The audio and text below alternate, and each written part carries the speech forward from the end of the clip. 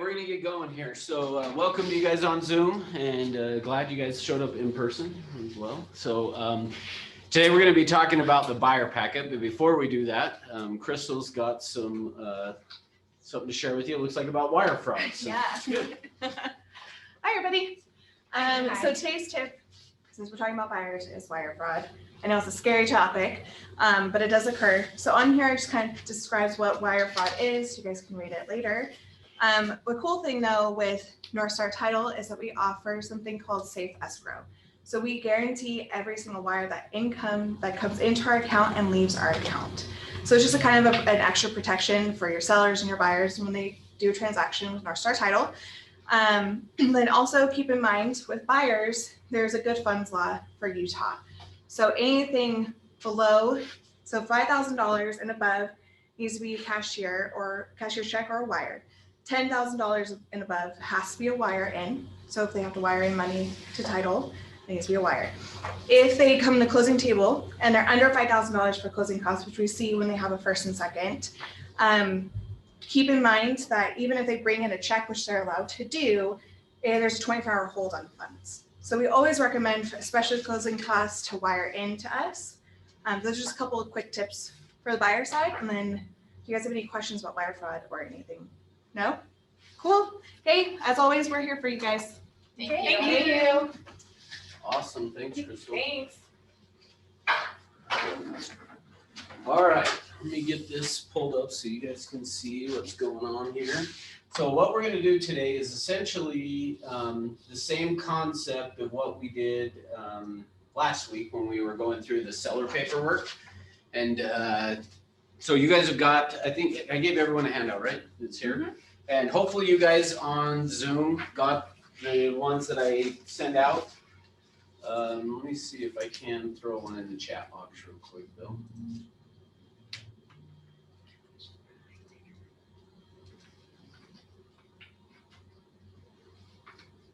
Sorry, I didn't think about that beforehand.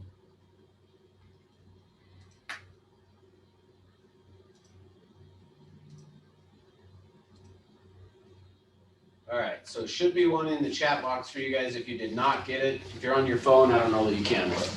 All right, so what we're going to do is we're just going to run through this similar to what we did on the seller side of things. Is the idea of this is to answer any questions you guys have about the buyer paperwork. But mostly just to go through and talk about, okay, how do you fill it out and how would you explain it to somebody as you are taking them through the process? So similar to what we did before, I'm going to start by pointing out when you look here on this form, right at the top here, it's got, this is a legally binding agreement. So remember, this is a legally binding agreement. Now, here's the interesting thing though.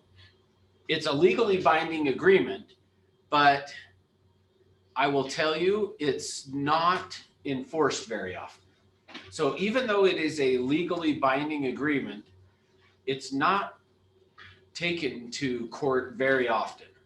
So versus on the seller side, and maybe I shouldn't even say taken to court. Think of it as that it's not enforced even by a broker going to a client and threatening them very often. Versus on the seller side, the exclusive right to sell listing agreement is one that if somebody tried to interfere with that, most brokerages are going to get pretty upset. And we may get upset about somebody trying to interfere with an exclusive buyer broker agreement as well. But just keep in mind that most of the time, there's not much that takes place to enforce this. Now, it almost sounds like I'm saying, well, it's not really worth anything then, right? Which is not true because it is a legally binding agreement still. So just the fact that a lot of times brokerages don't do anything about it doesn't take away from the fact that it is a legally binding agreement. So I'll share with you, as we go through this, I'll share with you some scenarios and things where it could come into play. But like I said, most of the time, nothing comes of it. So anyway, we'll go through and talk about it. Okay. So starting off then, so the exclusive buyer broker and agency agreement is entered into between Century 21 Everest and blank, the buyer. So how do we know what to put in there for who the buyer is? And to some extent, like that almost seems like, well, you ask them, but there's more to it than that. So, Isn't it the person that is going to be buying the home who's going to be on the title? okay, good. And how do we know that? They'd both be present, or they would communicate that. Okay, good. So how else would we know what to put? And I guess what I'm asking is this. Let's say that I go by Russ, even though my full name is Russell, I go by Russ. So if you were going to sit down and fill this out with me, are you going to put Russ or Russell? Russell. And how do you know? How do you know that you're going to put that? Then look at their ID, maybe the government. Okay. Could do. Could do that. Okay, here's what I recommend. So here's what I recommend that you do. For the name you're going to put on there, I see. And hey, for you guys on Zoom, I'm not doing a very good job, as you'll probably see, of keeping track of the comments that come in. So either unmute or somebody else unmute and tell me what it says, because I'm not doing very good at keeping up on it. So I did just see now, though, it said legal name. So here's the thing. What we really want to do here, what you want is for it to match how they're applying for the loan. So whatever name you're going to put right here, ideally, we want it to match how they're applying for the loan. Okay. So hopefully what's happened is that they have already applied for the loan, and you've gotten a letter, hopefully, from the lender saying that they are approved for X amount of dollars or whatever, saying that they are approved. And it should have the names of the people who are going to be applying for the loan. So now let me give you a quick story on this. Had a scenario where, and this didn't happen with our brokerage, but I sit on the professional standards committee for the Salt Lake Board of Realtors. And I was on a hearing that we had, and a lady had come in saying, actually to someone saying that she was owed a commission and that another agent had gotten the commission and they were having this dispute. Well, in the process of that, what came up is she had this signed, and it was in both the buyer's, well, no, sorry, let me take it back. It was in just the husband's name, which is who was applying for the loan, but she sent it to the wife's email address to digitally sign. So the wife had digitally signed it. And what happened then is the agent was complaining, saying, I had a buyer broker signed by this agent, so I should have been owed a commission. The buyer was, though, because they wanted out of the contract. So this is the thing to keep in mind of why we always, sometimes we feel like, it's fine, just send it to the wife, let her sign it. Well, because now the buyer wants out of the contract, he's saying, well, I actually didn't sign that. My wife is the one who signed it, not me. So just kind of know that's kind of how we want to do it. So we want to see, as we're filling this out, we want to see who's on title, or who's going to be on title through the loan. And whoever's going to be on the loan is the name we want to put in there. Make sense? Okay, now, somewhat different than the seller side of this, we had talked about what if it was in a trust for the seller. The only way you're going to see property being purchased, I shouldn't say the only way, very unlikely that you're going to see a property being purchased into a trust unless it's a cash purchase. If they're getting a loan, the lender is going to want the person doing it, not the trust, because they want to have an actual person being the one signing. So they could then transfer it into a trust, which is fine. But just so kind of know on this, if they're saying they want to buy it with their trust, unless it's a cash purchase, if it's cash, great, they can do that. But if not, get with the lender to find out. So typically what we're going to want in here is the name of the buyer, and you want it listed at how they're applying for the loan.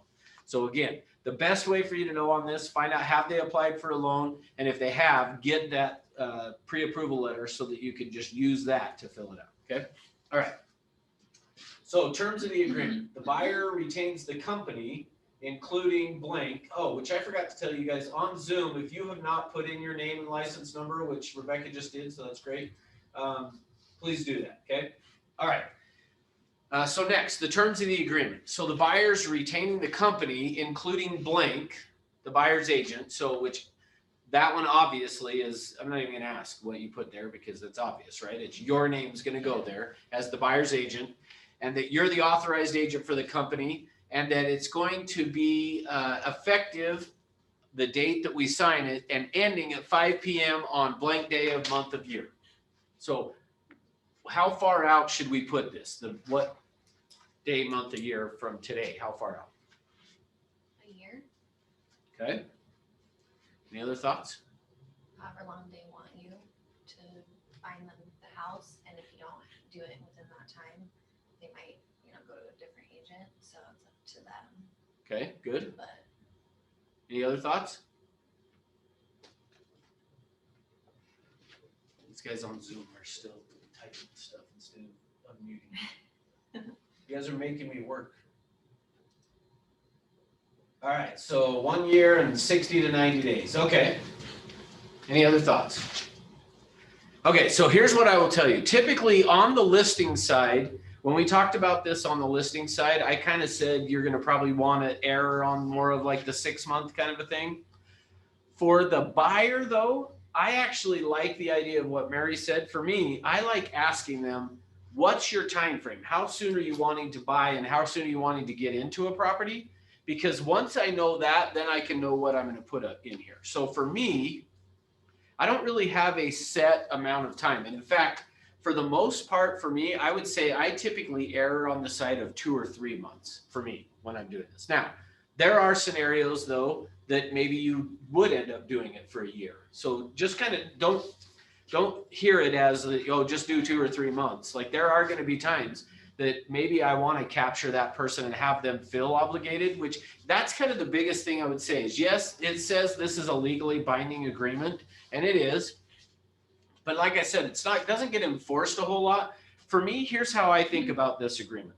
This agreement is more about, for me, of keeping honest people honest, basically. Is once they sign this, I want them to then feel obligated that they've signed it and that they need to use me as their agent. Is really kind of, for me, more of the purpose of this form, because I know that it's going to be pretty difficult probably to go and enforce it and get paid on it. Now, with that being said, so for me, I'm usually going to ask them, so how much time do you need? When are you wanting to be moved into a property? And here's the thing, for the most part, if somebody said to me, oh, it's just sometime in the next year, what does that tell you if they say sometime in the next year? You're not serious, maybe? Yeah, they're not very motivated. There's not motivation really for them to be purchasing now. So again, that doesn't mean that you wouldn't say, okay, great. Like maybe it is a scenario of I want that person to use me as their agent. And if it's a year later, then that's fine. So you could do that. Like, don't think you can't. But for me personally, I typically don't want to be in an agreement with somebody who's not going to be that serious about it as a general rule. Now, you may have other people that would tell you differently, and that's fine. I'm just saying my personal preference is if somebody's not that serious, I have a different way I'm going to handle them, that I'm going to work with them. And we'll cover that in the SOI class when we go through and we talk about it. I'll show you how I would handle that person. But for me, for the most part, I'm just finding out when you want to be moved into a property. And if it's in the next few months, great. I'm going to have them sign this and I'll do it for a few months. So let's say that they said 2 months. I'm probably going to do this for 3. And I'll probably have them sign it for 3. The idea being that they find something within 2 months and it's probably another month until they close on. So, Well, another thought, Russ, is the pre-approval letter is usually 90 days. okay. They Yeah. get. Yeah, that's a good point as well. So yeah, thank you. Okay, so good. The next section on this then is it goes through and it talks about if they buy a property located in, and it has an A or B here. So A in blank county or B located at. So typically what a lot of agents are doing is putting like all Utah counties is what they're typically putting in there. Sometimes people will put in just Salt Lake there or Utah County or whatever county that the buyers wanting to buy in, which is fine. Or you see B located at, and they could put in the address of the property. So here's the thing that I would say is, as a general rule, most agents, just kind of so you guys know, outside of our company, we train pretty heavily on use a buyer broker agreement. But just so you know, outside of our company, most companies are not very aggressive about that. In fact, most of the time when an agent will ask a buyer to sign this is typically going to be when they write an offer. Just across the country, that's how it works, is most agents will ask their buyer to sign it when they write an offer, not before. And in fact, in some areas, so on ours, you'll notice here, let me scroll down here. You'll notice at the top here that it says buyer, broker, and agency disclosure. In some parts of the country, they're two separate forms. And so in some areas, they never have a buyer sign a buyer broker agreement ever. They only sign an agency disclosure. Ours just happens to be combined together. So again, we as a company want to train you to use this. And the reason is you want the people to feel committed to, hey, well, I signed an agreement, so I have to use, that's who I have to work with. Even though sometimes it can be hard to enforce, okay? So for me, though, back to this on the B, the located at. For me, if I'm going to be showing somebody a property, I at minimum, so if you do have somebody who's hesitant to sign it, which occasionally you will get people that are like, well, I don't know you yet, and I'm hesitant. What if I sign it and then you don't do a good job or whatever? So try to resolve those concerns. But in the event that they're really, really hesitant, at minimum, put in the address of the properties that you're signing, that you're showing them. So if I'm going to be showing them properties, I'm going to at least have them sign that if they buy that property that I'm going to show them, they'll pay me a commission. Now, why would somebody be hesitant to sign that? If they already have one with another agent. Okay, good. So it could be if they already have one. Why else? I've had it where they had a bad experience with the previous agent, and so they don't want to be tied down. Okay, good. So, but even if they've had a bad experience, why would they be hesitant if I said just for that one property then? So you're only committed on that one property. I'm guessing they might want to look at others and they might think, oh, they're only going to help me on that property. Okay, but what I'm saying is if they're hesitant to sign this at all, and I were to say, I understand, but I at least need you to sign it for this, or, and I could put 2 or 3, that would be okay, 2 or 3 addresses there. But why would somebody be hesitant to sign for 1 or 2 properties? All right, I'll help you. Here's why. They're not planning on you writing the offer. They're planning on you showing them the property and then going to somebody else to write the offer. That's typical. So that's why for me, at a minimum, I want them to at least sign for, if they call and say, hey, you got this property or we want to go see this home. Great. When we get there, I'm going to have a document for you to sign that basically just says, in the event that you purchase this property, you're going to use me as your agent.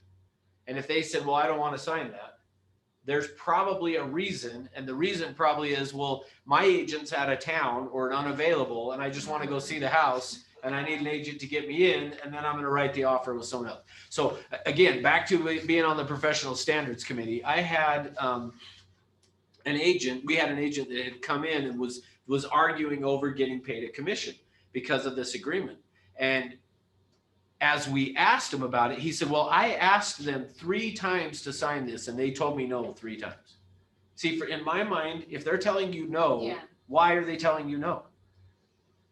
And ultimately what it was is because they were going to use a different agent, but the agent just kept showing them properties over and over again and then wanted us to be like, well, yeah, you should get paid a commission. Well, in my mind, I felt like you don't deserve one. They told you no 3 times. You didn't ask why. You didn't deal with it. So as a result, I don't know that you do deserve it. So, okay. So at a minimum, either put in the counties you're going to be showing them or the specific property. Okay. Or properties if they are hesitant. So as a default, try to get them to sign for whatever counties they're going to be looking in. But if they won't, then default it to, okay, well, will you at least sign it for these particular properties? And if they won't, because sometimes it may be what you said, Denise. Sometimes it might be, well, I had a bad experience and I don't want to sign it and be stuck with you. Great. Then let's sign it for these 2 or 3 properties we're going to go see today. And then after that, if you feel comfortable with me, we could then change it. Does that make sense? Same thing with up here on the time frame on how long it is. I would not be hesitant. I wouldn't have a problem if somebody's hesitant to sign this of saying, let's just put it in here for our date, month, and year to be 2 weeks from today. The agreement's only going to last for 2 weeks as a way to, hey, that way Denise, if you were hesitant to me, I could say, that way you can try it on for size. We can see if we're going to work well together. And if we are, after the 2 weeks, we can extend it. But who knows? Maybe after the 2 weeks, I won't want to work with you. I'm just kidding. All right. So does that make sense on the terms of this? So now on the listing side, we typically are not going to do that short of a listing. That's going to be pretty rare, almost never. But on the buyer side, hey, if they're hesitant, great. Let's just do it for a week. And then at the end of the week, if you're good with it, we'll extend it for a few more weeks or whatever. And all you got to do is an addendum to do that. Okay. All right. We good? Good on section 1? Hey, Russ, Yes. quick question. How would you handle that if you have a client or a potential client that same scenario who just inevitably just won't sign it? How do you politely tell them you won't show them a property? Yeah, that's a great question. So actually, I'm trying to remember who it was. We had an agent, and I guess it doesn't matter who it was, but we had an agent that had told the people over the phone, hey, when we get out there, I'm going to have a document that I need you to sign. Basically, and this is how I usually explain it. Basically, what it says is that I'm going to work really hard for you, and that when you buy a property, you're going to use me. And they had said, yeah, we'll do that. And then the agent got out to the house to show them, got there and said, hey, I just need you to sign this before we go into the property. And the person said, I'm not going to sign it. I don't want to sign it. So they just said, okay, sounds good. I'll see you later. And the buyer said, well, wait, you're not going to show me the house? And he said, no.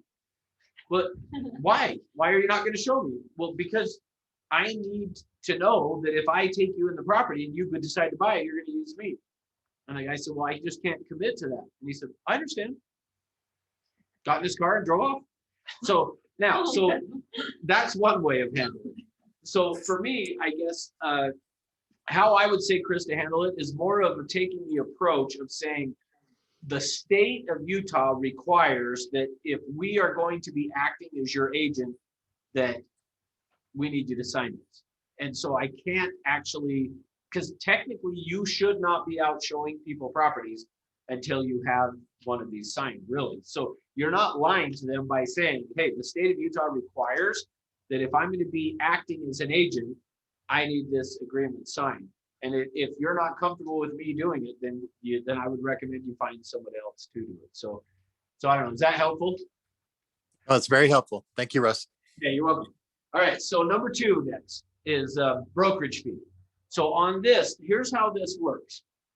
What this is saying, so this section is, and this becomes very crucial. Now, here's the interesting thing. Over the years that I have been training, typically what will happen is I would in the past, years ago, the way I would train this is it really doesn't matter what this says, this section, because the seller is going to pay your commission anyway. But for sure with the market that we're in right now, but even before we got into this craziness that we're in right now, we were seeing some downward pressure on commissions where on the MLS, people are offering less than 3%. So just so that you guys understand what this is saying is this brokerage fee section is explaining to the buyer that in the event that they buy a property, and it actually even, goes through and talks about leasing or whatever, doing any of those types or exchanging, things like that. What's going to happen is this says that they would owe us a 3% commission plus $495. So they're going to owe us a commission of 3% plus $495.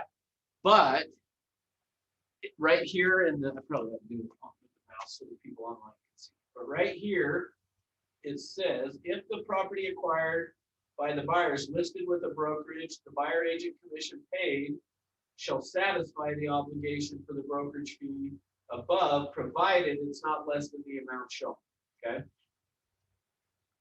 So here's what that means. Basically, what that's saying is you as a buyer are going to owe us 3% plus $495 of an acquisition price, of the acquisition price.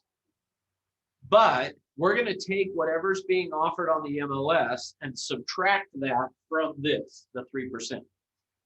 So for years and years and years, it was pretty much always 3%.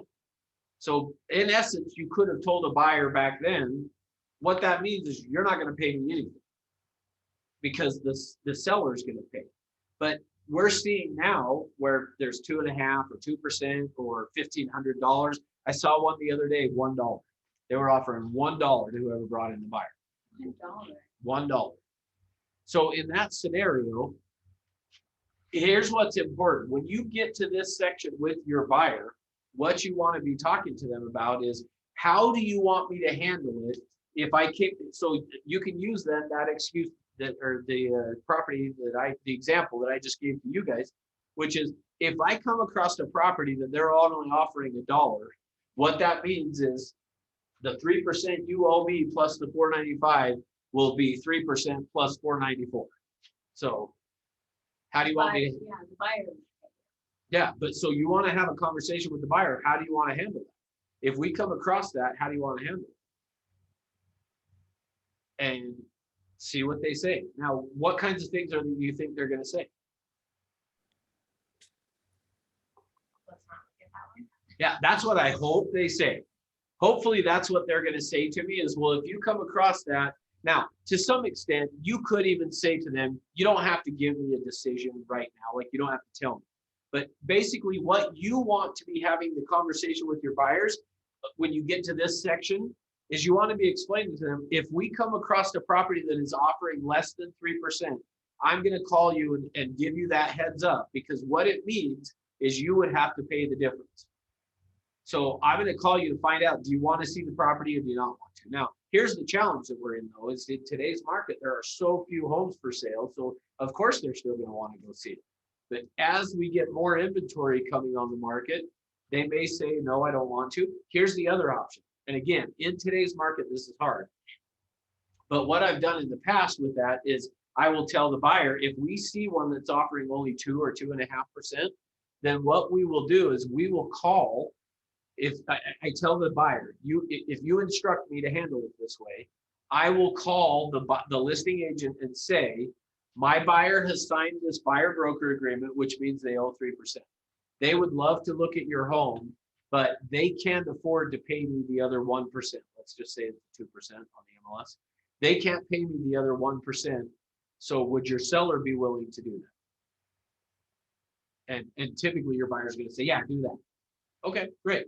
Now, the other option that we have that you can tell your buyers about is if it's asking for 3% here and they're only offering 2%, is the other thing you can do is you can write an addendum to the list or to the purchase contract asking the seller to pay that 1% on behalf of the buyer. Now, if you're going to do that, which again, in today's market, probably not highly recommended because you may not get the property, but if you're going to do that, my recommendation is get with one of the brokers at the office to have them look at it, because discussing commissions on the purchase contract is an ethics violation. Okay, so it's an ethics violation, but it's not a violation for the buyer to ask the seller to pay this fee or part of this fee on the purchase contract, which is why I'm saying get with a broker, because if you word it wrong, you could end up having an ethics complaint filed against you at the board, and you don't want that. So ultimately, let one of us look at it to make sure, yeah, you got it worded properly, you're going to be good. And you just can't basically be asking the listing agent to pay the buyer's agent in that contract. And the reason is because the contract's between the buyer and seller, not the agents. Does that make sense? But a buyer could say, hey, I'm going to owe 1% and I want you as the seller to pay it. That's okay. Okay. All right. Any questions on brokerage fee? We good with that? So do you think in this market, that's pretty unrealistic? You know, like because I think a lot of them are like 2.75, 2.5. Do you think at that point it's best to just take that 2.5 and waive the other 0.5%? Yeah, good question. So I guess for me, I would say you kind of have to know your buyer. Meaning, part of it for me is, and again, this is why I think it's so crucial that you're having this conversation before you go out and look at properties and having them sign this, versus, like I said, most agents don't ever have this discussion till they're writing that offer. And in that scenario, yeah, you probably should just take what you're going to get. But if you've done it right up front and you've set this up and talked to your buyers and explained, hey, with how the market is, there's a lot of pressure down, and blame it on us. Like blame it on me if you want to, of just my broker requires that we collect a 3% commission. See, take it from me and you we're the bad guys. It's your brokerage that's requiring that. And if you do it right with the buyer up front of saying, look, we're going to be able to negotiate it. And if we can't negotiate it, I'm going to give you the heads up beforehand so that you'll know going into it if you want to make up the difference or whatever. Okay. Now, so if I've done that, now we come into that scenario and I'm seeing it, it's a 2.5. So let's assume I'm the agent, you're my buyer. Okay. So we come across that, and before we go see the property, I say, okay, Denise, so hey, this is one of those properties that's only offering 2.5%. So do you want me to call and see if I can get them to up that, or do you want to wait and just look at it and see if you even care? I mean, call them for sure. You want me to call them? Yeah. Okay, so I call, and so Rick, will you be the listing agent? Sure. So ring. Oh, hey, Rick, this is Russ Orchard, Century 21. How you doing? Good. How are you? Good. Hey, I noticed on your listing on Banana Street that it has 2.5% is what you're offering on the commission. I've got a buyer who's interested, but they can only do this because they've signed a buyer broker that they'll owe me 3%. So they can only do it if your client would be willing to pay the other 0.5%. Now keep in mind the market. Yeah. You know what? I got offers that are coming in multiple for us. Why would we do that? So you're not willing to do that. No. Okay. I'll let them know. Thanks. Bye. Which that's probably what's going to happen. So now, ring. Denise, hey, this is Russ. And I called. They said they've already got multiple offers. They're not willing to do it. You still want to see the house? Yeah, I mean, I really like that house. Okay. So, okay, let's go take a look at it. So are you comfortable that you'll have to pay the other 0.5% then?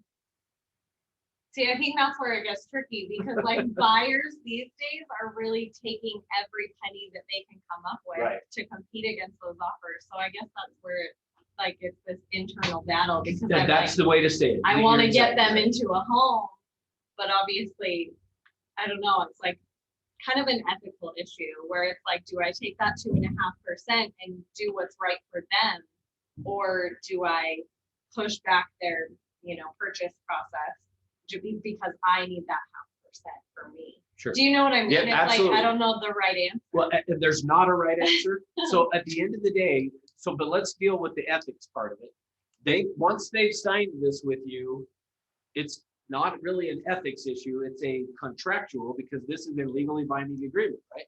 So it's not really an ethical issue. But I will say, at the end of the day, it's your decision. If you decide, like the company we're not going to penalize you because you decided to do it at 2.5. Right. Now, here's the challenge though, and I don't know what we would as a company would do. And I don't know if you know, Rick, the one that's $1. So let's change it. Now it's only $1. They're going to pay you $1 for bringing the buyer. So now I'm the buyer, you're my agent, and they're only going to pay you $1 if I buy that house. That's what the MLS said. You'll get $1. You still going to just do what's in your client's best interest? I mean, that's like insulting. No, I agree with that. I totally agree with you.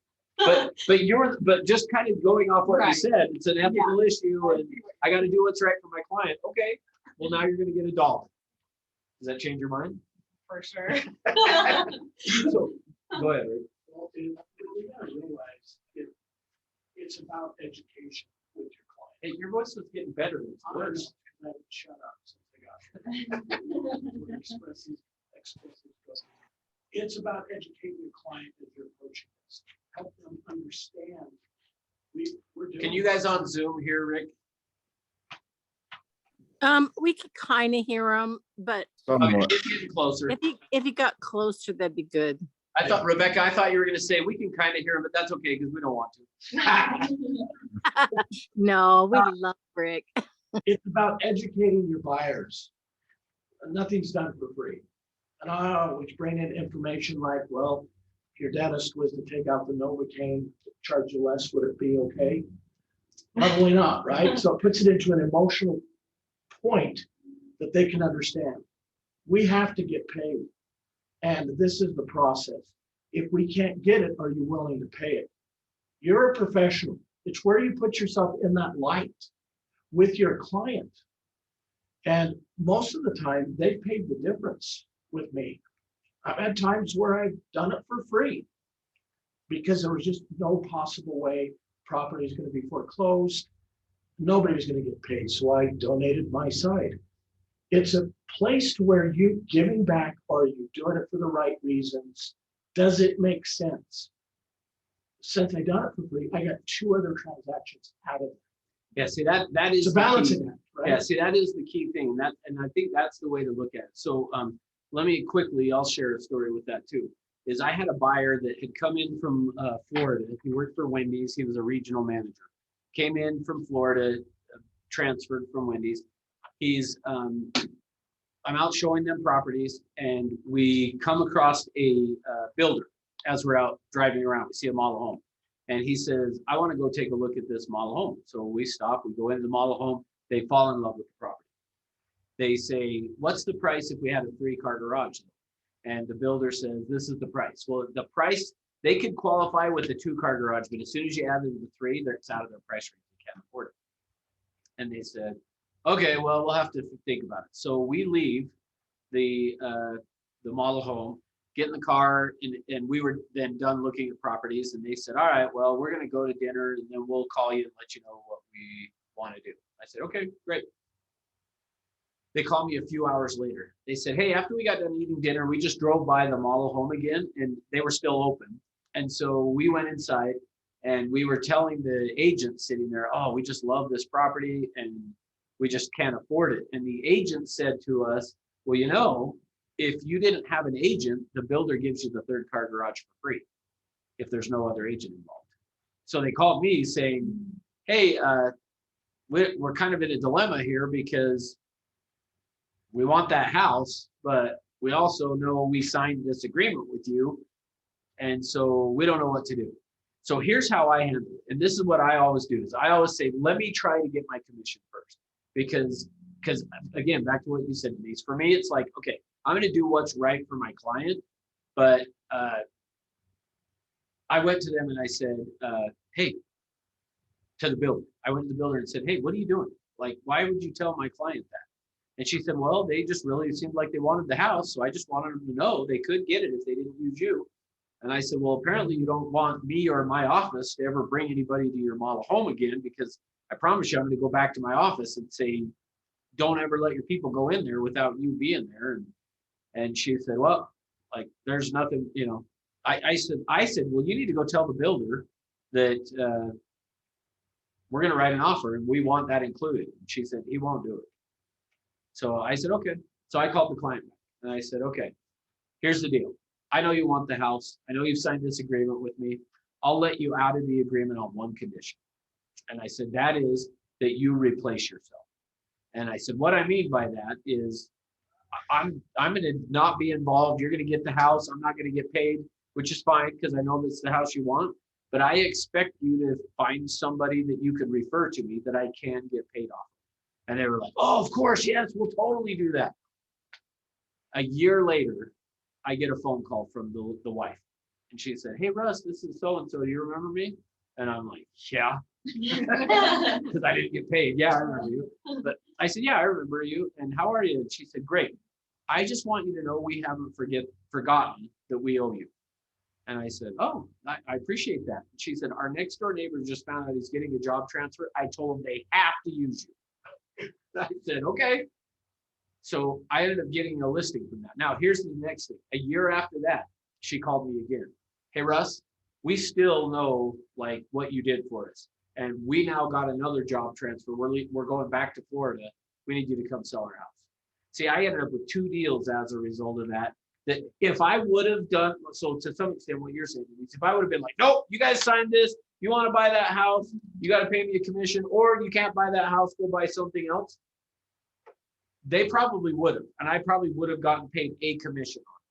But the next year I wouldn't have, and the next year after that I wouldn't have. So just that is, you have to balance it out and you got to figure it out. Now, here's the thing. If it's $1 though, is a little bit still different. Like for me personally, if they were offering $1, I probably, if you were my client, Denise, I would say, okay, here's the deal.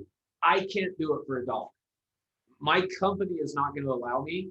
So instead, I'll release you from this contract. You can go write it with the listing agent. Like, I'm going to try everything I can to get a commission first.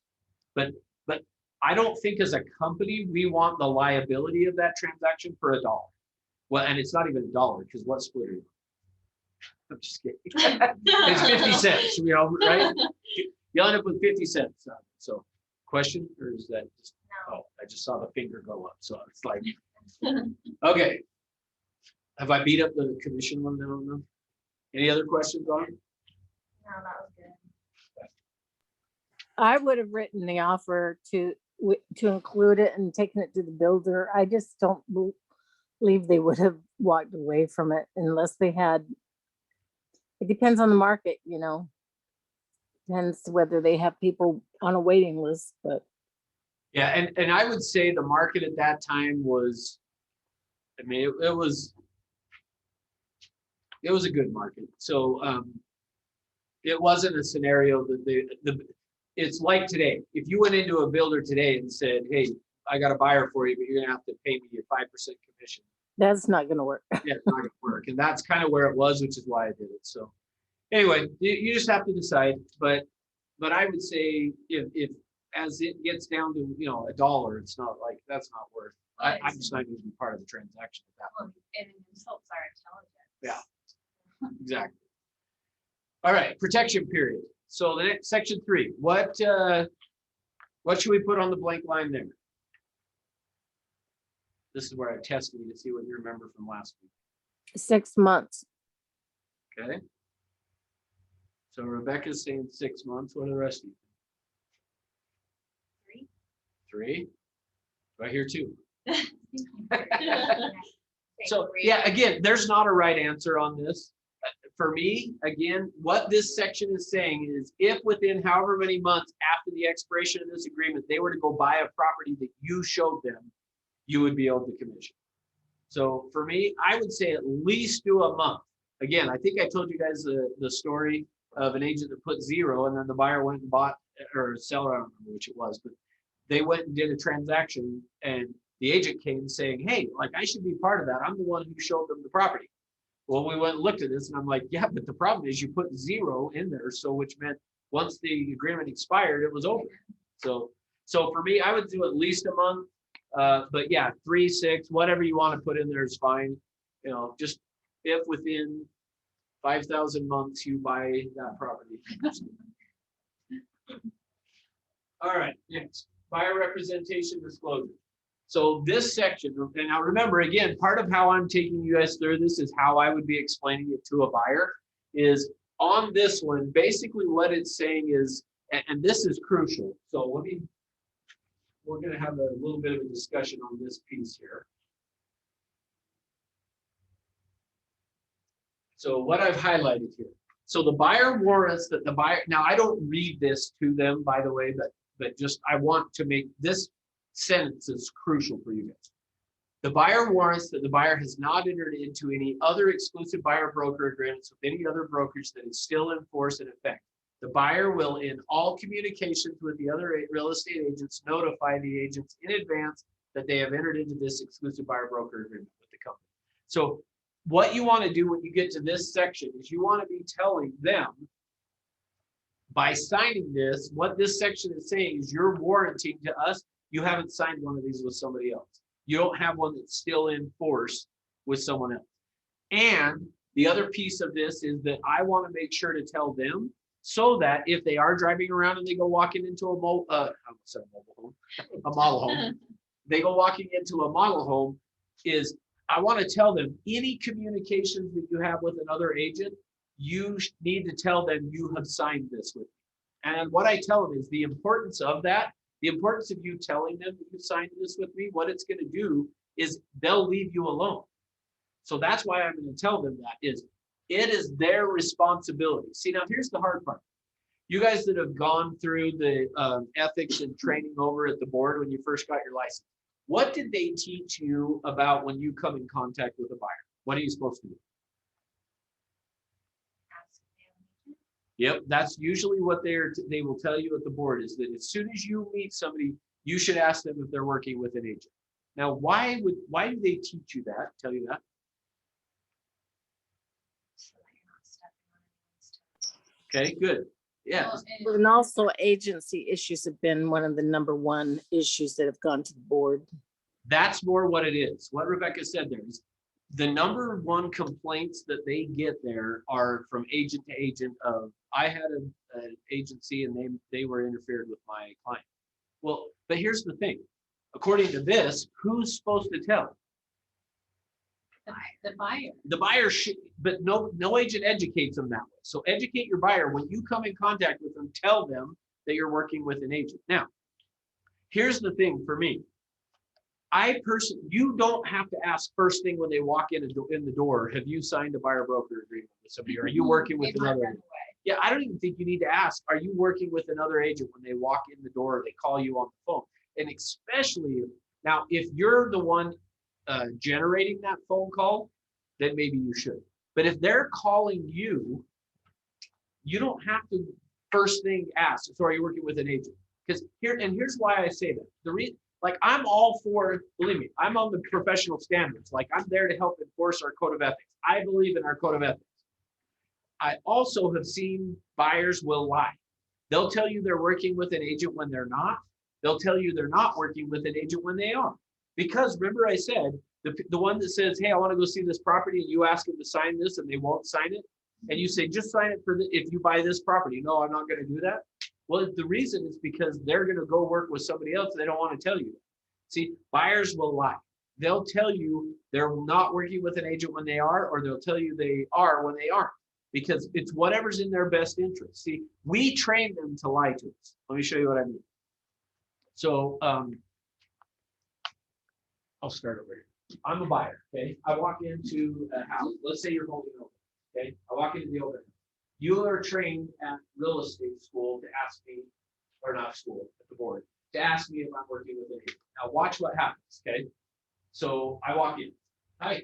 Hi, are you working with an agent? No. And then what, as an agent, what should she do once I say, no, I'm not working with an agent?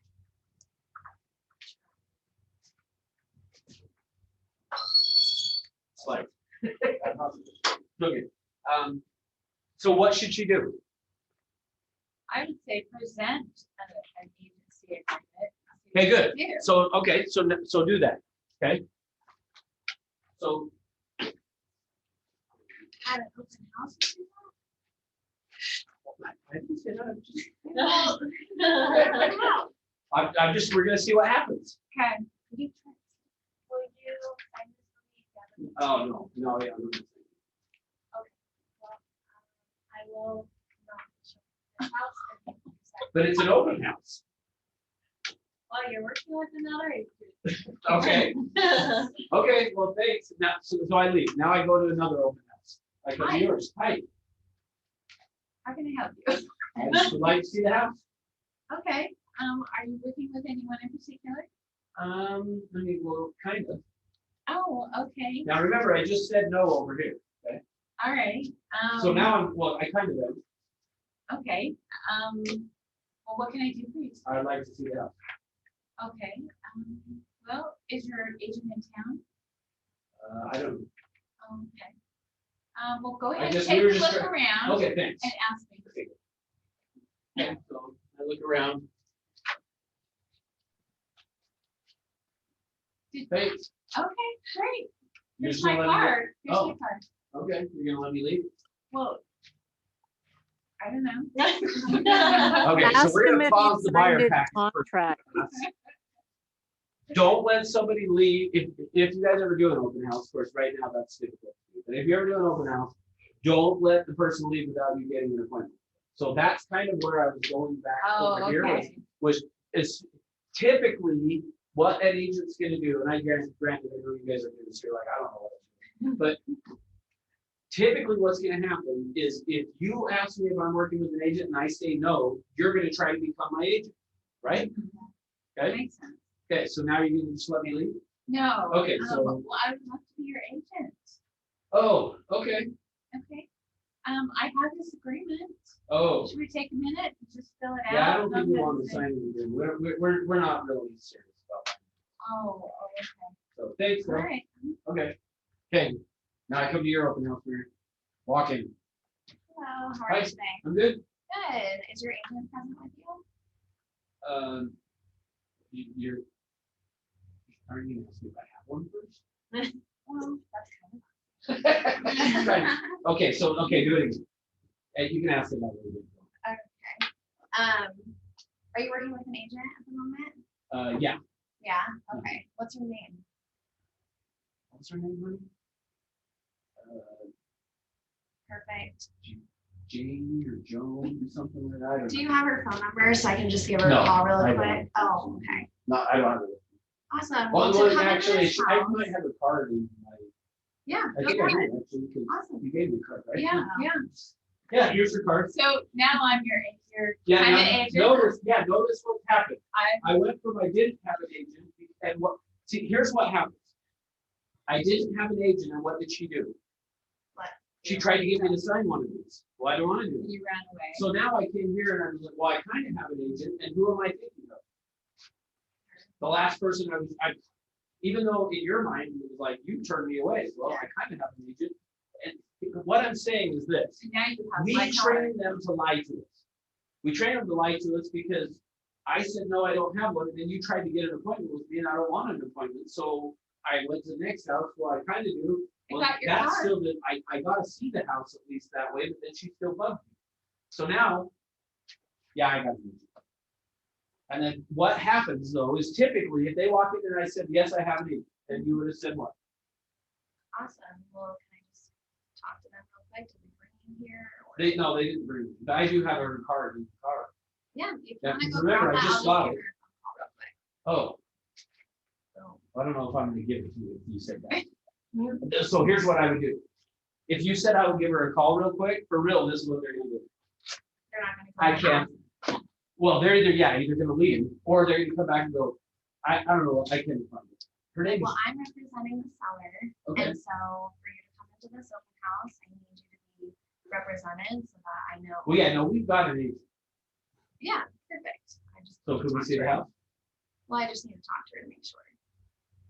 Okay, I don't. do so that. I was gonna say, that's not what really happens, by the way. I What, mean, usually an open house, people just come through. that's right. Here's what usually happens.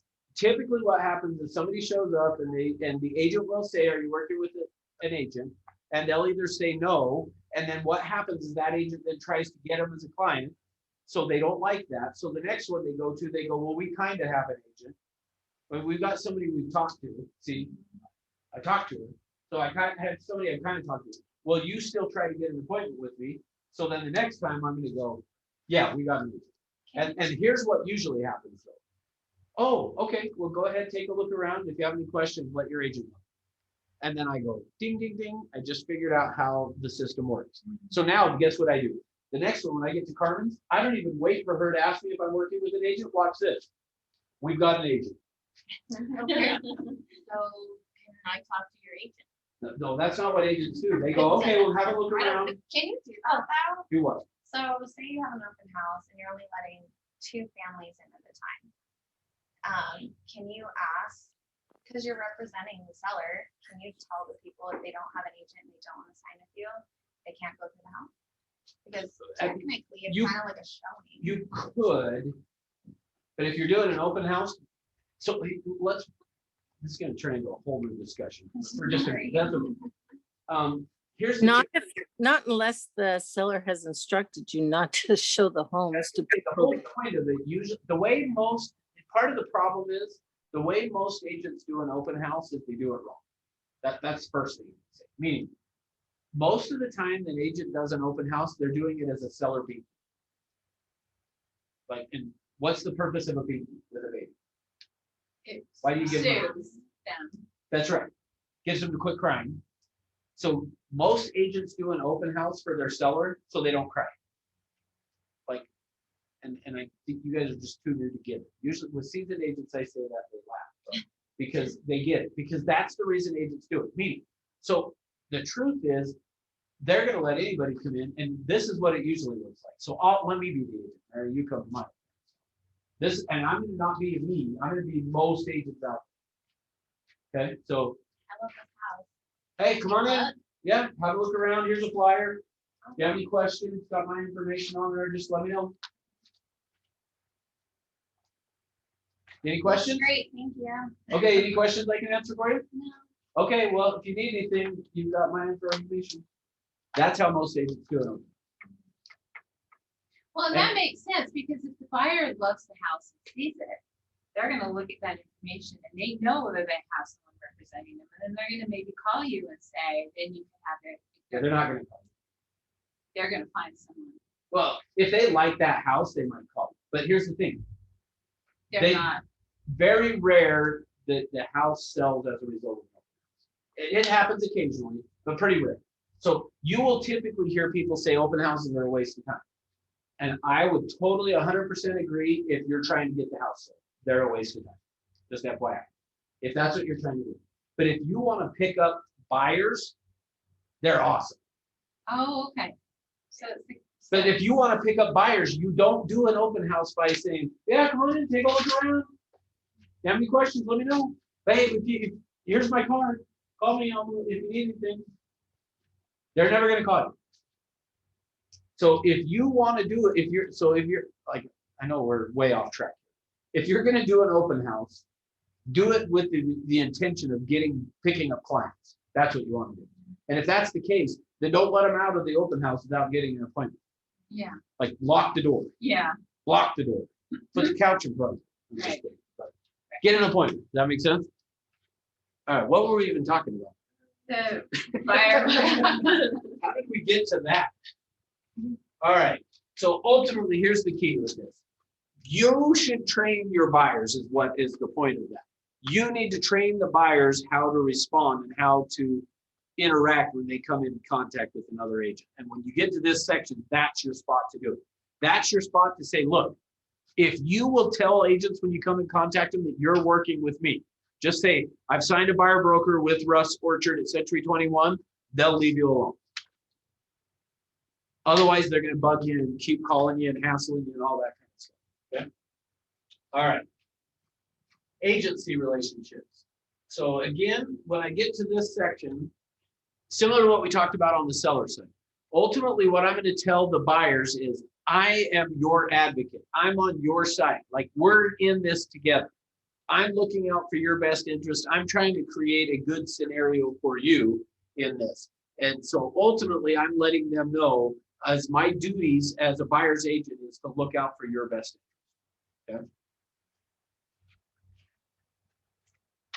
And then 5.2, I would just tell them in the event we end up looking at a property that I have listed, then I would be a limited agent. And then I would go through and explain what limited agency means. But for the most part, it's pretty rare, unless they called you off your listing, like it's pretty rare that you're going to be just general prospecting, knocking on doors or making phone calls, come across a buyer that just happens to want to buy your listing. I mean, it happens, but so for the most part, I just tell them, unless we're going to be in a scenario where you're wanting to buy one of my listings, then this really isn't going to apply. But if it does, basically it just says I have to stay neutral. This is how I explain it. Okay, I can't be more on your side than the seller or vice versa. All right, section 6. Now, I mentioned this one to you guys before with the seller side, but for sure with the buyer, when we get to this section of the contract, I always say to the buyer, what this section says is don't trust anything I tell you. And they usually kind of give you kind of a weird look like, what? After you just explained agency, if I'm on your side, I'm looking out for your best interest, and then I get to this and I go, this says don't believe anything I tell you. And they usually are going to be like, what? And then I would say, I'm just kidding. But basically what I tell them on this is that what this section is saying is that I'm trained in the marketing of real estate. I'm not a property inspector. I'm not a CPA. I'm not an attorney. I'm not a surveyor. So basically what this is saying is if you have questions that are outside of the scope of marketing real estate, don't rely on what I tell you, okay? And the reason I always tell them that when they're signing this is because it's inevitable that when you go out and look at properties, you're going to come across the property and they're going to say, hey, where's the property line on this? And then when they do that, I then say to them, remember that section that I had you sign that said, don't trust anything I tell you? And they go, oh yeah, that's true. I forgot. And then I will just say, look, if it's important, we can get a survey done. Or I even will say, hey, typically there's a pin in the curb that would show where the property line is, but don't rely on that that's 100% correct. And so I always just set that up so that when we're out looking at the property and they go, oh, well, do you think it's a big deal that this cracks in the foundation? Hey, I'm not the right person to be asking that question. So don't trust me when I tell you, no, it's fine. Buy it. Okay. All right. Section 7, dispute resolution. So this one is just saying, now remember on the real estate purchase contract we went through, we talked about shall or may. This is saying that the parties agree that any dispute related to this exclusive buyer broker agreement arising prior to or after the acquisition of the property shall first be submitted through mediation. So because this is the agreement between the buyer and our company, we're saying we're going to mediation first. Okay. Section 8 says that in the event you do end up in court, the prevailing parties entitled to reasonable attorney's fees.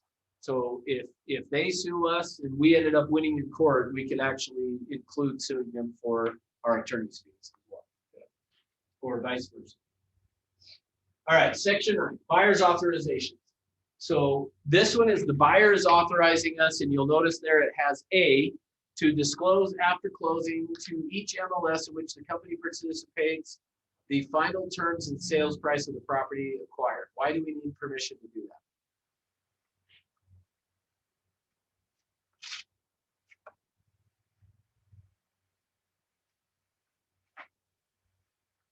Now we're back to Tuesday in class. No response. All right. Somebody put it in the chat box. Let's see what they said. Good job. Utah has a non-disclosure state. That's why. So that's exactly right. So we have to get permission to disclose that to the MLS. Without their permission, we couldn't do it. Okay. So right there, we're doing that. Now, we aren't really seeing that too much now, but back in 2009, 2010, when home prices were going down, it was not uncommon for a seller to sell their house and like needing to get out of it really bad and way undercutting the price to get the home sold, to say, I don't want it disclosed to the MLS that we sold our house for this cheap. And the idea behind that was all of a sudden now it's there as a comparable that an appraiser would use that would devalue the rest of the neighborhood. So in scenarios like that, it could make sense to say, yeah, we're not going to disclose to the MLS. If that happens, there's a form that has to be filled out because that's not the preferred. As agents, like imagine if you had to go try to price property and we could never know what a house sold for. Like that would be very difficult. So we need that information, but just know there are going to be scenarios. And typically the only thing that's going to make sense is somebody that like fire sells the house to get rid of it so that, but you don't want to devalue the neighborhood. So you would not disclose, okay? The other thing that this buyer authorization does is it gives us to communicate with them, the right to communicate with them to get around basically the do not call list if they're on the do not call list, okay? And then the last one is they give us permission to put the earnest money in an interest-bearing account, which we do not do. So the contract gives us the right. All right, section 10. So next page is the attachment. There are or are not additional terms. So this would be a scenario. Let's say that they didn't want to sign like for the whole county, but they said, yeah, you're going to go show us 5 properties. Then we'll sign this agreement for that. Well, you're not going to fit 5 properties on that one line back there in section 1. So instead, you would check there are additional terms, get an addendum to this, and fill out the addresses of those properties. That would be an example. Pretty rare that you're going to use that, have an addendum to it. Almost always they just sign for the county, okay? Or counties. All right, section 11 is equal housing opportunity. This just says that we'll follow all the fair housing laws, which obviously you can't discriminate on people, right? Okay. We'll talk more about that next. All right, section 12, electronic transmissions and counterparts. So this section is just saying that we're agreeing it's okay to do this stuff electronically. So we could use .loop or DocuSign, whatever. It can be done in counterparts, which is basically one. If I took a photocopy of this and had the husband sign one and the wife sign a different one, that's okay, even though it's not the same piece of paper, it's the same contract, is what counterparts is. So we're agreeing we can do that. Section 13 is the due on sale clause. And what this is saying is just that there are certain types of transactions that could trigger that due on sale, which due on sale is basically the bank foreclosing. If the bank, if they have a loan on it and the bank were to find out that you were doing a seller finance, they could say, nope, that's not allowed. We're calling the note due and payable. If they found out you were using the house as a meth lab, they could come in and foreclose on you. Like inside of the deed, when they buy a property, you're agreeing to certain things on the property. And this is just telling the buyer under certain types of transactions, the due on sale clause could come into play. So typically, those are going to be here listed in this A, B, and C right here. And I guess D too. So basically, the times this would come into play. So really, here's the thing. When I'm going through this with the buyer, you should already know if they're wanting to do one of these type of transactions. And if they're not, if they're just doing a traditional purchase and I get to this, I say due on sale is not going to apply to you because of the type of transaction you're doing. But in the event that the sale of the property does not result in the underlying debt being paid in full, so a seller finance type of a transaction where they're keeping the first mortgage in place, due on sale could be, and it could be a big deal for the buyer, because if I go buy a property that way, which I think, and I might be wrong, guys, but I think we're going to see, once interest rates start to go up, I think we're going to see a lot of people when it comes time to sell and they've got a sub 3% interest rate on the property. I think we're going to see a lot of people saying, hey, let's keep that first mortgage in place, have the buyer just take over the loan basically, and then go get a second mortgage for the difference. I kind of think we'll see some of that happen, which is why I'm talking about this now, is if in that type of a scenario, the buyer does need to be a little concerned though, because if for some reason that payment didn't get made or the bank found out the buyer had done that, the bank could foreclose, which basically means your buyer's got to come pay off the loan immediately. So they either got to go get a loan or something, or they could lose the property, okay? So that's A. B is if the parties entered into a seller finance transaction, which is essentially the same thing, or C, a lease option agreement is entered into. So a lease option, a mortgage company could come in and say, hey, I'm not okay with that either. Now, a lot of times it's not going to be an issue as long as the payment's getting made to the first mortgage, but they still could. Even if the payment's being made, they could. Now, banks typically are not in the business of going out looking for that, but if it came to their attention, they could. So we just put it in here so that buyers will know if you're doing a seller finance or a lease option, you run the risk of the due on sale clause being, okay? All right, section 14 says this is the entire agreement. There's not anything that's outside of this that we've agreed to, so it's got to be in writing. And I think I mentioned to you guys, we had one on the professional standards the one day that the agent had told the seller that he would let him out of the contract at any time if they just called and said, and then the seller called and said, we want out, and he didn't let him out. And we had asked him, did you say that? He said, yes, he did, but he didn't put it in the agreement. So anyway, it became an issue. And then the effective date is just saying that the agreement is entered into and effective as of the date that the buyer signs the agreement, okay? And then both buyers will sign there. You sign on behalf of the company right here. You are authorized. And then before we go on, just in red here, do you have a real estate need, a property to sell or purchase outside of our market area or the state of Utah? Always a good question to ask them that if you don't know. Ask them that when you're having them signed is, hey, do you have any other transactions outside of our area that I could get you in touch with an agent? The idea of that is for you to be able to make a little bit more money on the transaction, okay? So they'll initial right there. And then next form, buyer due diligence. All right. So you remember last week as we were doing the seller packet that and I think I said this, but that the seller's property condition disclosures, I don't know if I did say this to you guys. Did I say anything to you guys that those are the most important forms that the seller is going to fill out? Did I tell you guys that?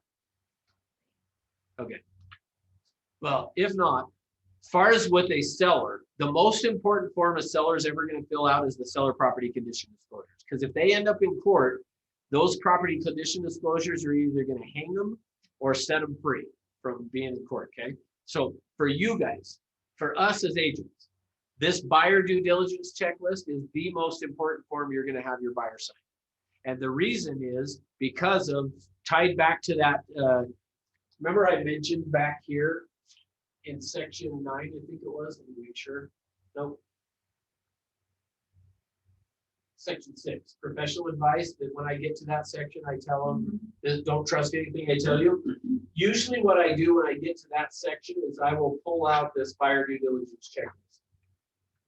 Because the buyer due diligence checklist, you'll notice right here in this box in the notice from the company, it says buyers advise that the company and its agents are trained in the marketing of real estate.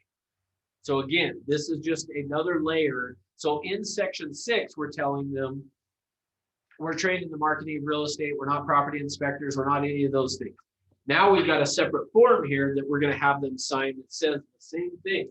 And essentially when I'm explaining it to them, what I'm telling them is this, is each of these numbered items on this form are examples of things that I'm not an expert in that you could get an expert in to look at in terms of your property if you're worried about it. And that's kind of where I just leave it at, is these are some ideas of things that they may want to consider looking at. So things like the building code or zoning compliance, rental of the property, hazardous waste, radon, survey, statement, especially in today's market where so many buyers, the way you're having to buy a property today is we'll take it as if, like, we won't even do an inspection. Here's our hard earnest money. We're going to buy it. We don't care.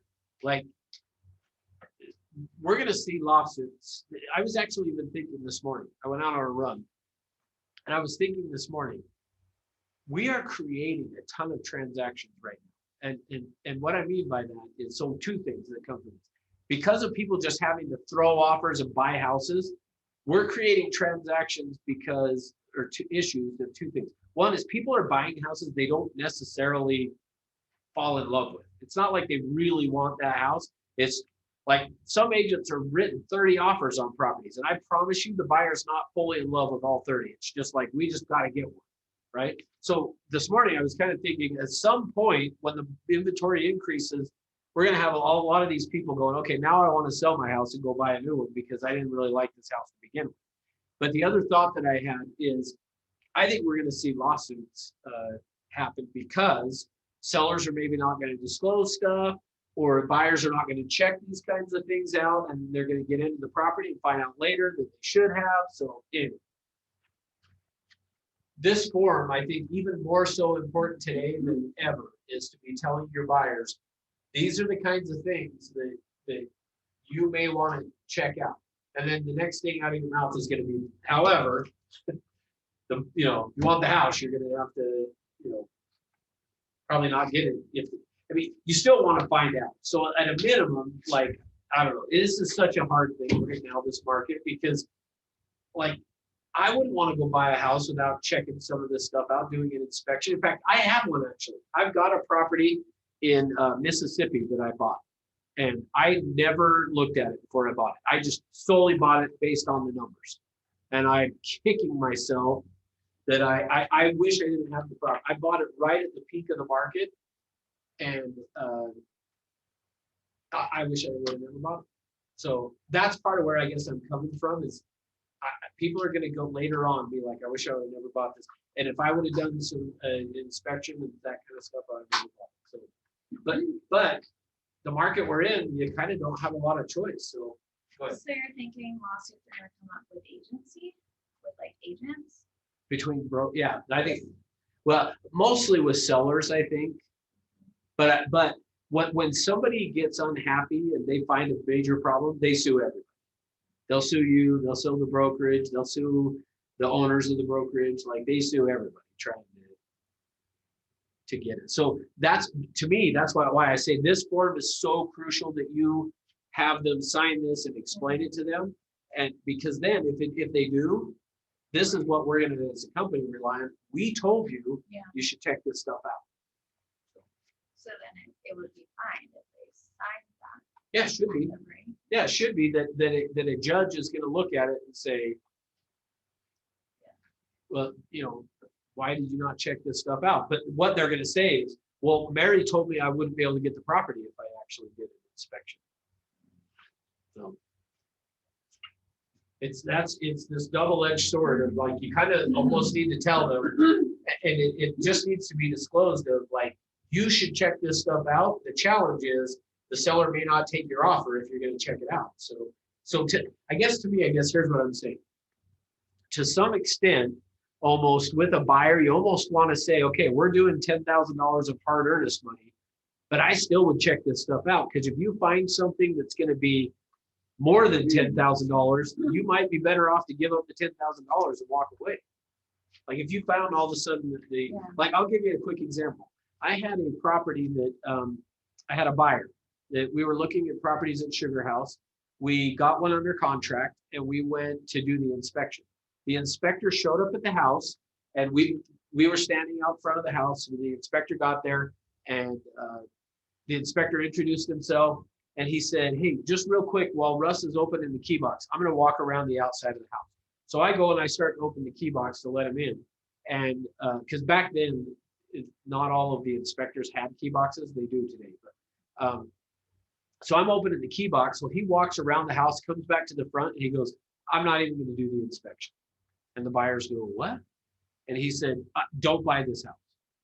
He's, come here. And we walked back and he showed us the foundation. He's like, cracks in foundations are normal, but this one, no. Like, don't buy this house. You're going to have structural issues forever. Don't buy the house.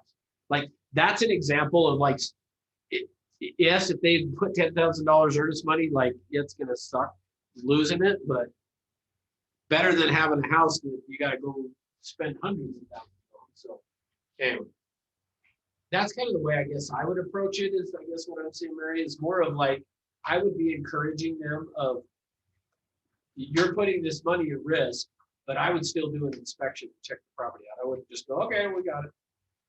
Because like the one that I bought in Mississippi, if I would have done an inspection, I would have never bought the house. But the numbers look good. And I was here in Utah and I was like, I'm not going to, like, it was stupid. I'm stupid. Like I know better. I'm an agent and I did it. Yeah. Can you say you're going to a showing? Can you bring an inspector with you? Sure. To the showing with Sure. them? Yeah. To like, Absolutely. I At least guess to kind of me- check out structural. well, yeah, just because then you could waive the inspection because you already have one. Oh, I see what you're saying. You know? Yeah. See, and I almost even wonder if what we should be doing is as agents is I almost feel like we should be, when we list a property, have the seller go get an inspection done and provide that of here, make your offers. Here's the inspection already done. But obviously a seller is not necessarily going to want to do that because They But- wanna maybe get it out quick and hopefully they disclose everything. yeah, hopefully. But so to me, I guess I just think, yeah, at least structurally, it probably would be good to have somebody go look at it structurally to say, yeah, you're okay. Because if structurally is okay, you could probably deal with most of the other things. But man, the foundation was shifted or something like that could be issues all. All right. So on this form, they're gonna sign here that you've explained that to them. And they're saying, I have carefully reviewed. Like, I almost wonder if we should highlight, like in the current market we're in, highlight that and have them initial right there and sign. Because then if you were in court, you could kind of go, well, I mean, it's highlighted. You said you carefully reviewed this checklist. Can you highlight documents and have them sign them? Yeah. I didn't. All right. Next. So the next form is the receipt and acknowledgement of this. So This one is a company-specific form. That buyer due diligence one was put together by the Utah Association of Realtors, so all agents use that. This one is a receipt and acknowledgement that our own company has put together. This one's just another layer of protection. So now this is basically the third time. We had section 6 that said, you know, don't rely on us for professional advice on stuff. We had the buyer due diligence. Now we've got this receipt and acknowledgement of the buyer due diligence, where what we're going to do is have them then initial here that we've told them that they have the right to a home inspection, home warranty, mold inspection, radon, meth, termite, other tests, and then you would put in the property address, MLS number, and have it signed. So for me, here's how I like to do it. Have them sign the buyer due diligence when you fill out the buyer broker. And I would have them do this, but I have them do this for each property that they make an offer. I wouldn't do it for every property you show them, but every property they're going to write an offer on, I would have them go through and initial all this stuff. Again, if you, let's say again that they had made 30 offers before they got one, if you had had them sign this 30 times and they came back trying to sue us, you got a pretty good leg to stand on when you go show up to court. Well, we wrote 30 offers and all 30 times I had them initial this. As a company, we don't require it for every one of those, but I would say every time you write an offer, especially in our current environment, I would give them to sign this and initial it every time, just so that you have that layer of protection. If you come back saying, we didn't do an inspection. You go, well, I told you 30 times you should do one, you know. And here's my proof that I told you 30 times. All right, next form, confirmation of agency or receipt of earnest money. When do we get this filled out? Okay, hand us a check. Good. Anytime you're collecting the earnest money, you're going to fill this out. So you're just going to put in the buyer's name, the buyer's agent name, buyer's brokerage, the seller's agent, seller's brokerage, the property address, all this stuff, and then the confirmation of earnest money receipt. So basically, you're just acknowledging, and whoever's collecting it is going to sign off that they received the earnest money. Okay. All right, next is limited agency consent form. So on this, you're going to use this form anytime. So if you are the buyer's agent, which is what we're talking about today, and you show them a property that is listed by Century 21 Everest, you need this form, even if you're not the listing agent. So on here, you'll see it's got a place for names of buyers, the sellers, seller agent, the brokerage, all that, property address. Goes through and talks about limited agency, but then on page 2, in section 9, you're either going to check the box that there's one agent, which would mean you're the listing agent and representing the buyer, or there's 2 agents, and you're going to put the name of the seller's agent and your name is the buyer's. So, and again, that's if the property is listed by Century 21 Everest. Now there are other Century 21s, like there's one in Ogden and one in Provo. If you're doing a transaction with them, we don't need this. Only if it's listed by Century 21 Everest, which could be St. George, Orem, Centerville, any of those offices, okay? And then they sign it, both buyer and seller sign it, and one of the agents will sign it. Make sense? All right, next. Wire fraud alert, which probably don't need to spend a whole lot of time because Crystal talked about it at the start, right? But the thing that I will say is just know that with your buyers specifically, like when I get to this section, to have them sign this, I make sure to explain to the buyer, wire fraud is a big thing right now, and people are trying to get your money. And so I just tell them, do not send a wire to some random place, like call the company, and don't even rely on the phone number off of an email to call the company, because that could be wrong as well. Like either call and get the phone number for the title company from me, or go on Google and look it up, but make sure you're calling the title company to get it to verify before you send out wire instruction or send out a wire. Because once it's gone, right? So basically, I just am pointing out to them, never trust wiring instructions that come to you via email. So if it comes by email, don't trust it. Call it, verify. Anyway, all right. Then we're going to have them sign that. And then even before closing, I will still point out to them again, like, make sure, like when you go, here's the ideal. When they go to the title company to sign is when they should verify the wire instructions before. Now, if they're gonna wire before, which occasionally they will do that. I had one client that he wanted to send the wire like 3 weeks early. And the title company's like, we don't really want it 3 weeks early, but he was like, nope, I need to send it. So, but I told him, here's the phone number, call and verify, make sure you got the right wire instructions, don't just send it. All right. Next is the affiliated business disclosure. On this, you're going to put in their name, the property address, the date, and then again, what you're letting them know, let me just show you the kind of highlighted stuff here. The bold is that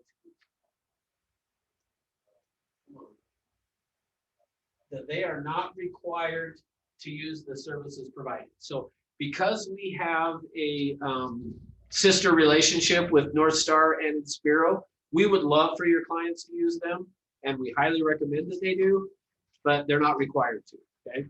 And then also in the bold here, what's going on?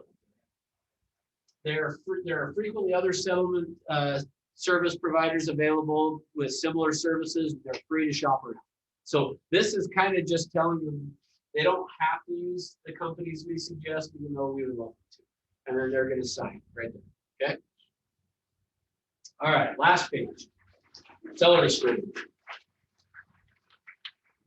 I guess there's 2 more documents. I feel like I gotta go see it. They're having a party I know. over there. I know. Just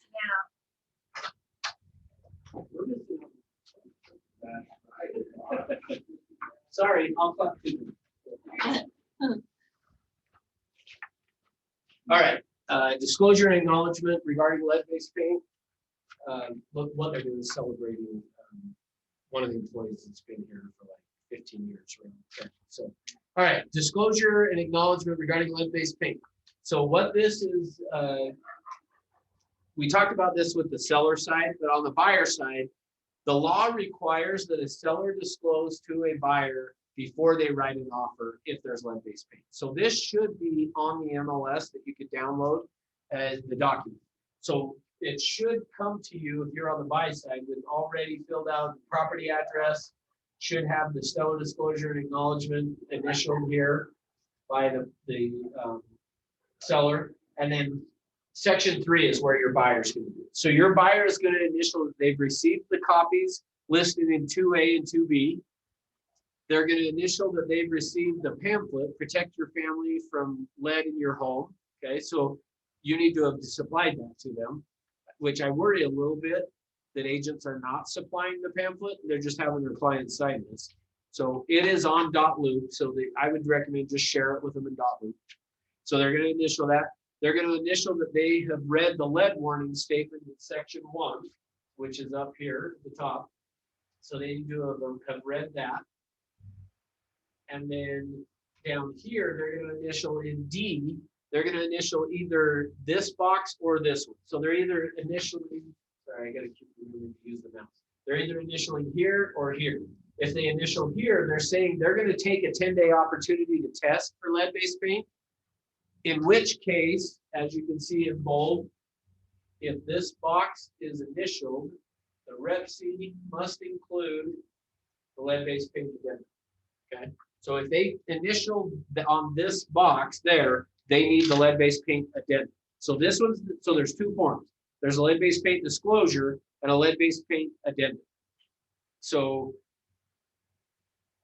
if they initial this one, they need both ones. Okay, if they initial down here, they only need the this disclosure, because this one says they're waiving their opportunity to test for lead-based paint. Which I will just tell you, my experience with it is there are a few times that people will test for it, but not very often. And usually the time that it will happen is if an appraiser notices paint chipping, then they will say, hey, you should probably get it tested for lead-based paint. Okay. So, but they're just going to initial one or the other of these. I want to make sure I'm really clear on that. So they initial either this one or this one. If they initial both, our assumption as a company is that we need this addendum as well. Okay, so even if they initialed both, we're gonna say, okay, we need the addendum because they initialed. Okay. All right, and then the listing agent should initial here and everybody signs right here. All right, last form, last page. This is the best one. So you guys see the best for last. This is how you get paid, okay? All right, so now that we've done a transaction, it's time to get paid. So let's go through and talk about how you fill this out. And to some extent, I probably really ought to pull this one up to do it as an actual, not a PDF, but this one's an Excel spreadsheet, okay? So what you're gonna do is you're gonna be putting in there the property address here, the name of the buyer, the name of the seller, the title company that you're going through, that your client's going through. And then right here, this one actually, on this PDF, it won't do it, but in the spreadsheet is a drop-down box. So if you click on that, it would drop down and you could choose if it was a commercial or a lease, something different. So it defaults to residential built buying because that's usually what it's going to be, okay? Then next down here is the commission. So you're going to put in here, what is the closing selling price? So what's the purchase price? What did it close for? You're going to put in the amount there. And then is the commission based upon the net, the gross, or a flat amount? So that box, any of these boxes that are this color on here are a drop down. So you would click on this and you could change it to net if it was net, or a flat fee if it was a flat fee. Most of the time it's gross, so we just have it set, okay? Then next, what is the commission percentage you're getting paid? So this is what we were talking about earlier, is you're gonna look at the MLS to see how much are they offering in commission. And if it's 3% on the MLS, then you'll put that in. If it's 2.5, you put 2.5, whatever the commission is gonna be, okay? Next is there an outside referral company? And most of the time there's not, so you just leave it as none. You'll know if there is. If there's an outside referral company, you will know about it because somebody will have called you and said, hey, I got a client for you, but you got to pay me your referral fee. So you'll know you're paying, okay? Next is the commission advance. And it's defaulted to no, but there are occasionally, so I hope you never do this, but occasionally agents will need to go get a commission advance. There are companies that will give you an advance on your commission, but think of it as like a payday loan or a title loan or something. Like it's an exorbitant interest rate, but sometimes agents will go do that. So this is just saying, if you've done that, you would click on the drop-down box, change it to yes, and then fill out the information about the commission advance. All right. Century 21 admin fee collected. So I remember at the start of today, we had on there the 3% plus a $4.95. Right here is where you're putting in how much did you collect. So on this particular contract, if we had put $4.95, what we would need to change that on here. It defaults to $2.95 because that's the minimum that we will collect. But if you did more, you would then just change it there to $4.95. Makes sense? If you didn't collect any, you would change it to 0. Sometimes agents will say, I'll just pay it myself. In which case you would change it to 0 because you didn't collect it, and then it's going to charge you for it. Okay.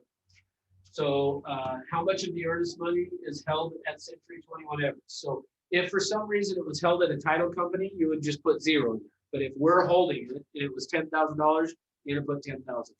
Make sense? All right. Agent credits given at title.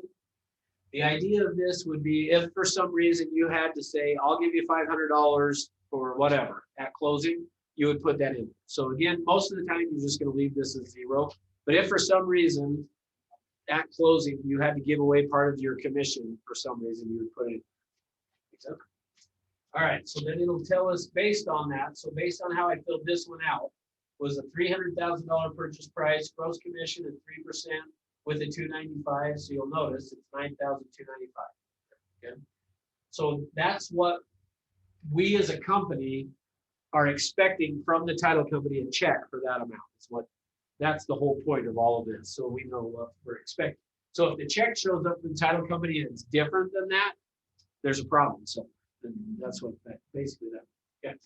So now how is it going to be paid out? So on this, it's got, okay, are you on a team or are you a single agent? If you're not on a team, you'll just leave it at single agent and you'll put your name in that box. If you're on a team, you're going to click where it says single agent. It'll open a drop-down box and it'll have an option for team. And you'll click team, and then what it'll do is open up a new box that looks like this one over here. And then that way you can put your name here and the team leader's name on the other box. Make sense? All right. So this is showing that the company is now taking out 295. Let's see, somebody's got a chat with something. Yeah, Isaac, so no, the form, this one is not in .loop. And the reason it's not is because only PDFs can be in .loop, and this is an Excel form.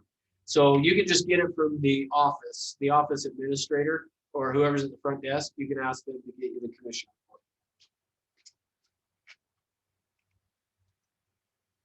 report. Okay, so next. So this is where it's now deducting the 295. So you'll notice now it's saying your base is the 9,000. Then from there, you're going to put in what your split is. So the example it uses here is a 70-30. So if you were on a 70-30 split, meaning 70% to you, 30% to the company, you're going to put in the company's portion in this box right here where it says 30%. So from that, now it's going to deduct the company's portion from it. There's a franchise fee. Every transaction that we ever do, there's a 6% franchise fee that has to be paid to Century 21. So essentially, that's what gives us the right to use their name. So it's going to calculate out the 6% franchise fee. The admin fee, if it was paid by you, meaning if you put 0 up here on that box, it's now going to then change that to be a 295 right here. So you're going to end up paying the 295 if you don't collect it from your client. And then it gives you the option to do some money to the foundation. If you're using a transaction coordinator, you can fill it in here. Let me pause for a minute. If you're using a transaction coordinator, you're not going to fill this form out. They're doing it. So that's kind of the advantage of using a transaction coordinator. But if you're not using one, then you'll be filling this out. So just know if you're filling this out, you should never be putting an amount in there or a name. And if you are, you shouldn't have, because they should be filling it out for you. Okay?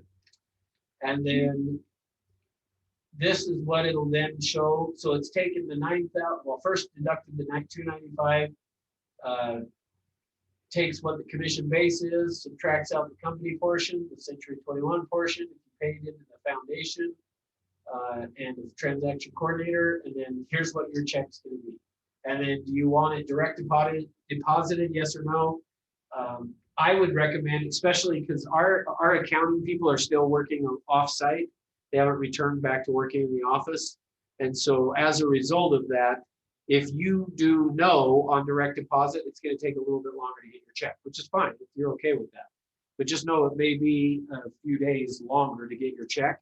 So if you want it faster, get direct deposit set up, click the drop down box here and change that to a yes, that you want it direct deposited, and then you'll get paid typically the same day. All right. Question. A lot of information. I know. All right. So, so next week. So I'm in California next week, training at the offices down there, but we're still having class.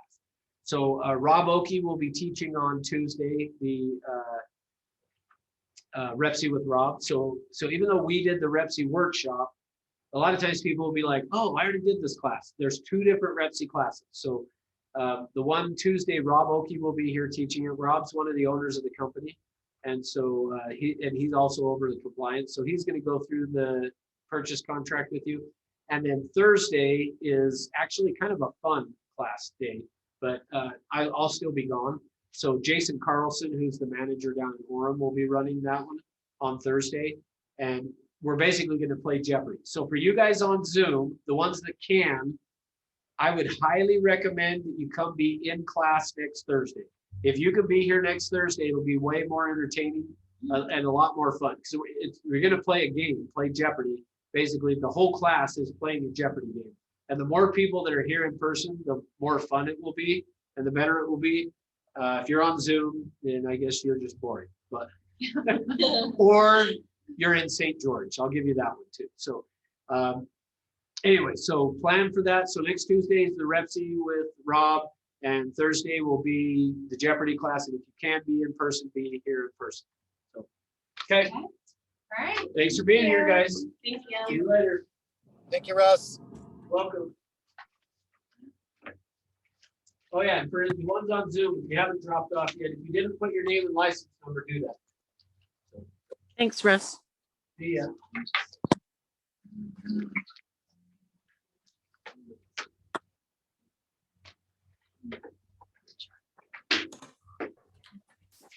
Russ, can I ask you a question?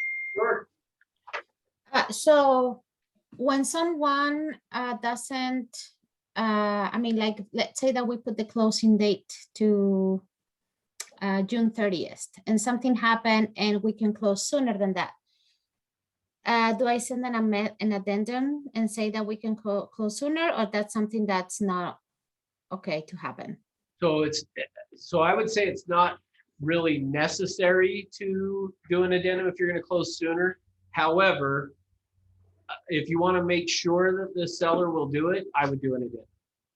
Okay, but if like, let's say outside of, paperwork, I talk to the seller and they say that they're okay with whatever closing date, we just kind of notify them when the closing date's gonna be.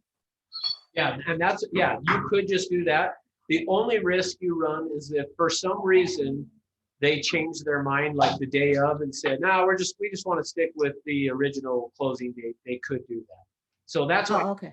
typically if you're really wanting to make sure it happens earlier, I would do an addendum. But as long as everybody agrees, probably 9 times out of 10, you're going to be fine. But you do just run the risk that they could say, we changed our mind. We're just going to stick with the same. Oh, okay, perfect then. Just want to make Okay. sure. Thank you so much. You're welcome. See you. Okay, bye.